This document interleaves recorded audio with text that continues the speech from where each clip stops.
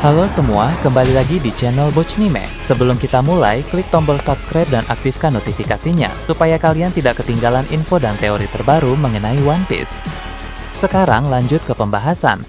Kali ini Mimin Bochnime melanjutkan scene selanjutnya. Oh ya, sebelum biar terus bisa berinteraksi dengan kalian, subscribe di channel ini ya, dan bantu ramein video Mimin juga. Oke, yuk kita bikin One Piece makin rame lagi. Kembali ke pemandangan desa bagian barat di Elbaf, lokasi di mana Charles saat ini sedang berada. Seperti yang sudah diketahui, tetua raksasa tersebut tengah menghadapi ancaman serius karena menjadi target dari Dory serta Brogy. Dalam bentuk raksasa iblis yang mengerikan, keduanya telah diperintah langsung oleh Im Sama untuk mengejar dan menghabisi Jarl. Pasalnya, Jarl adalah figur yang sangat dihormati serta memiliki pengaruh besar di seluruh pulau Elbaf. Belum lagi, di sekitar lokasi itu juga muncul sejumlah raksasa iblis lainnya akibat pengaruh teknik Domi versi milik Im Sama. Melihat kondisi seperti ini, Jarl jelas tidak memiliki peluang untuk menang meskipun mendapat bantuan dari para prajurit raksasa setia yang ada di tempat tersebut. Sebenarnya, jauh di masa lampau, Jarl pernah menjadi sosok yang luar biasa tangguh. Hajrudin sendiri pernah menyebut bahwa lebih dari 300 tahun silam, Jarl dianggap sebagai pria terkuat di seluruh dunia. Kini usianya telah mencapai 408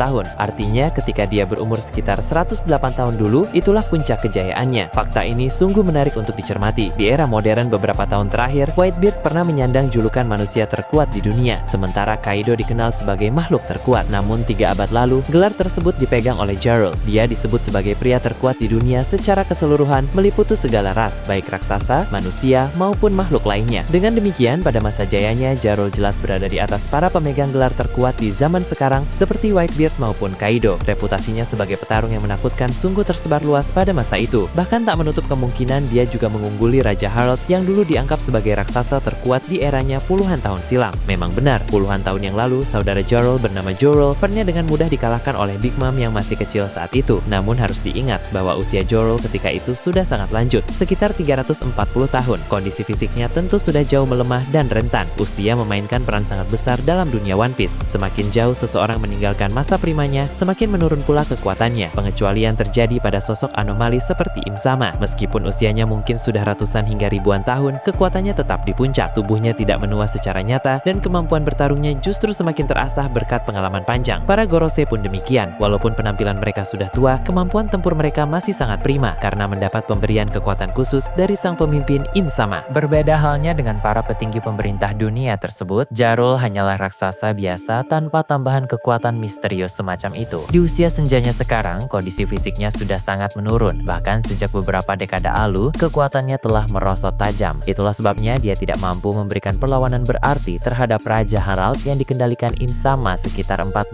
tahun yang lalu. Situasi saat ini di mana dia menjadi sasaran Dory, Brogy, serta para raksasa iblis lainnya jelas menempatkannya dalam posisi sangat berbahaya. Beruntung Zoro bersama Hajrudin tiba tepat pada waktunya di lokasi tersebut. Zoro seketika bereaksi begitu melihat celah. Dengan gerakan kilat, dia melompat menuju kelompok raksasa iblis selain Dory dan Brogy, lalu melepaskan tebasan dahsyat yang menghantam mereka semua sekaligus. Penampilan Zoro di momen itu sungguh mengesankan, semakin memperlihatkan perkembangan kekuatannya yang terus meningkat seiring waktu. Usai menangani para raksasa iblis biasa, giliran Dory dan Brogy yang maju menghadangnya. Kekuatan keduanya jelas jauh lebih superior dibandingkan yang lain, sehingga tekanan yang mereka berikan terasa jauh lebih berat. Namun, Zoro tetap tenang dan tidak menunjukkan sedikit pun rasa takut. Seperti karakter Zoro yang kita kenal, dia tidak gentar terhadap apapun, termasuk Dory dan Brogy dalam wujud iblis. Tak berapa lama, kedua kapten bajak laut raksasa dari Jin Warrior itu meluncurkan serangan besar-besaran. Zoro langsung menyadari betapa dahsyatnya skala dan dampak serangan tersebut, maka dia memilih untuk menghindar selama masih ada kesempatan. Berkat kecepatan dan ketepatan waktunya, Zoro berhasil lolos dari serangan itu dengan mulus. Tak lama kemudian, kejadian tak terduga muncul. Dory dan Brogy justru saling menyerang satu sama lain. Dari spoiler yang ada, belum jelas apakah itu dilakukan dengan sengaja atau murni tidak disadari. Zoro serta orang-orang di sekitar pun terkejut menyaksikannya. Situasi ini sebenarnya menguntungkan pihak Elbaf karena dua musuh kuat itu kini saling berhadapan. Mengingat kembali perkenalan mereka di Ark Little Garden, Dory dan Brogy memang sedang bertarung satu sama lain selama 100 tahun lamanya. Tindakan mereka dalam mode iblis yang saling serang ini kemungkinan besar berasal dari alam bawah sadar, mengikuti kebiasaan lama mereka di Little Garden. Bisa jadi ini juga menjadi cara alami mereka untuk saling membangunkan satu sama lain dari pengaruh teknik Domi Reversing sama. Rivalitas panjang yang mereka miliki ternyata berguna untuk mematahkan kendali tersebut. Pindah ke lokasi lain di dekat sekolah Walrus, Terus, Brook terlihat sedang memperhatikan Gunko yang sedang dirasuki oleh Im Sama. Brook dengan jelas mengenali bahwa perempuan itu adalah orang yang benar-benar dia kenal di masa silam. Nama Gunko bukan nama aslinya, nama sebenarnya adalah Shuri, seorang bangsawan. Shuri atau Gunko dulu adalah putri dari kerajaan tempat Brook pernah bertugas sebagai pemimpin pasukan. Selain menyebut nama aslinya, Brook juga mengungkap fakta mengejutkan. Shuri pernah membunuh ayahnya sendiri, sang raja. Menurut Brook, raja itu adalah sosok yang sangat murah hati dan dia hormati. Alasan dibalik pembunuhan itu masih menjadi misteri besar. Apakah dilakukan secara sadar atau justru karena sudah dikendalikan Im Sama saat itu? Perkembangan ingatan Brook ini sungguh luar biasa. Sebelumnya Brook hanya mengingat sekilas bahwa Gunko adalah kenalannya dulu. Kini ingatannya semakin tajam.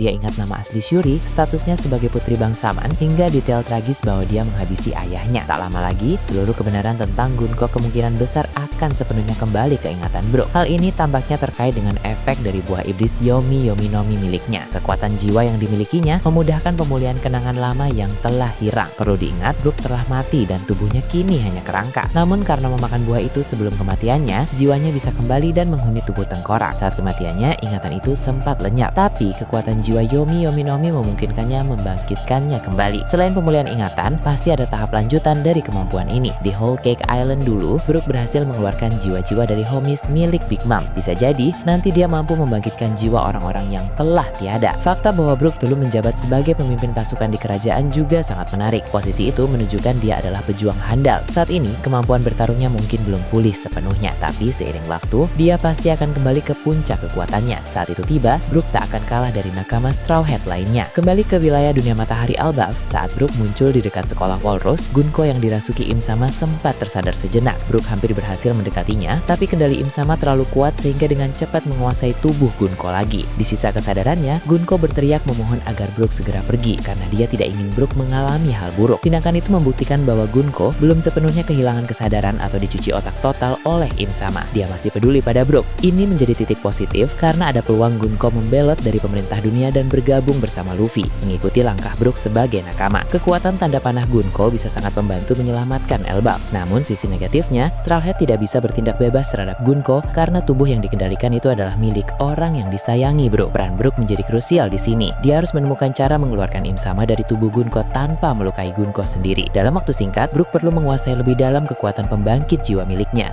karena itu berpotensi mengusir Im Sama. Cerita masa lalu Gunko ini memang sangat mengikat. Meski nama, status, dan perbuatannya sudah terkuak, masih banyak rahasia yang tersimpan. Salah satunya, mengapa Im Sama begitu mengincar Gunko hingga menjadikannya kesatria suci sekaligus pelayan pribadi yang sangat dekat. Dari sekian banyak putri di berbagai kerajaan, hanya Gunko yang dipilih Im Sama untuk posisi istimewa itu. Situasi ini mirip dengan apa yang kini menimpa Vivi. Im Sama terlihat menyimpan foto Vivi dan berniat menculik putri Alabasta tersebut. Beruntung Vivi berhasil melarikan diri bersama Wapol dari Mary Geoise dan kini berada bersama Morgans di kantor World Economy News. Tujuan Im Sama terhadap Vivi tampaknya sama seperti dulu terhadap Gunko, menjadikannya pelayan pribadi, bahkan mungkin kesatria suci yang mendapat kekuatan langsung darinya. Kemiripan wajah Vivi dengan Nefertari di Lily semakin memperkuat hasrat Im Sama. Wanita-wanita terpilih seperti Gunko dan Vivi memiliki keistimewaan khusus yang membuat Im Sama begitu terobsesi. Selanjutnya, terlihat bahwa Nami, Usopp, serta Jinbe kini telah terbebas dari ikatan tanda panah Gunko berkat ulah Brook sebelumnya. Brook memprioritaskan membebaskan teman-temannya terlebih dahulu sebelum pergi mencari Gunko, sehingga dia langsung memutuskan ikatan itu. Namun Robin masih tertahan. Hal ini wajar karena Robin bukan terikat oleh tanda panah Gunko, melainkan oleh tanaman berduri milik Somers. Tanaman itu jauh lebih sulit dihancurkan dibanding tanda panah, membuat situasi Robin lebih sulit diatasi. Tak lama kemudian Sanji muncul di lokasi itu. Awalnya dia berniat menyelamatkan Nami yang terikat, namun ternyata Nami sudah bebas berkat Brook. Namun matanya langsung tertuju pada Robin yang masih terperangkap tanaman berduri. Sanji tentu murka melihat Robin diperlakukan seperti itu, sehingga Somers akan menjadi target utama Sanji dalam pertarungan di Elbaf kali ini. Meski Sanji tidak memiliki Hao Shokuhaki untuk menghambat regenerasi kesatria suci,